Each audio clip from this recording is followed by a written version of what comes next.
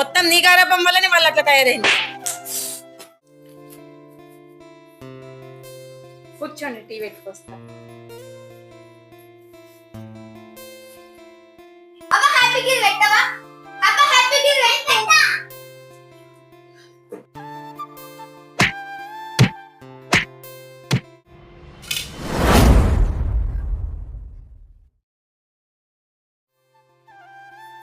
రోజంతా బయట టెన్షన్, ఇంట్లోకి రాగానే పిల్లల టెన్షన్స్.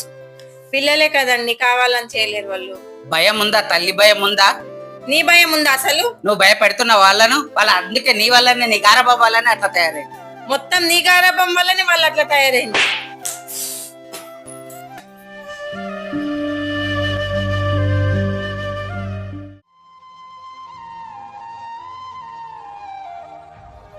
అమ్మా, నాన్న మా వాళ్ళనే కదా నిన్ను కొట్టాడు.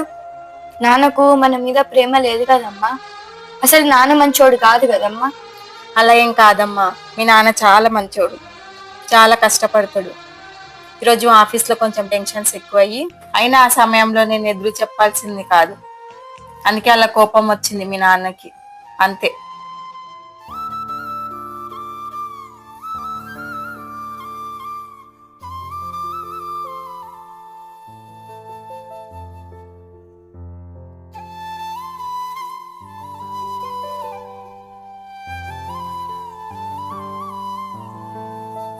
నాన్న ఒక మాట అడిగానా? అడుగు బెట్ట.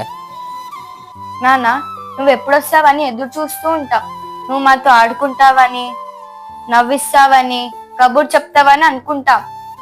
కానీ ఈరోజు అమ్మని కొట్టావు కదా నాన్న. నేను చూస్తే చాలా భయం వేసింది.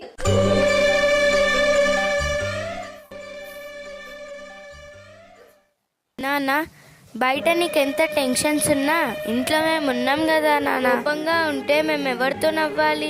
అమ్మ ఏడుస్తుంది, మాకు ఇంట్లో ఉండాలంటే భయం వేస్తుంది నాన్న. నాన్న, మాకు పెద్ద ఇల్లు, బొమ్మలు కూడా అవసరం లేదు. మాకు నవ్వుతూ ఉండే అమ్మా నాన్న కావాలి.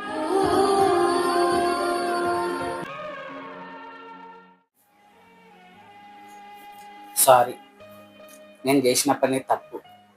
నా కోపాన్ని ఎవరి మీద చూపించాలనో తెలియక నీ మీద చూపించిన. ఇలాంటి పని ఎప్పుడు చెయ్య, ప్రామిస్. నేను కూడా ఆ టైంలో ప్రశాంతంగా మాట్లాడాల్సింది. అయినా నాదే తప్పు, నన్ను క్షమించండి. నాదే తప్పు. లేదు, నాదే తప్పు.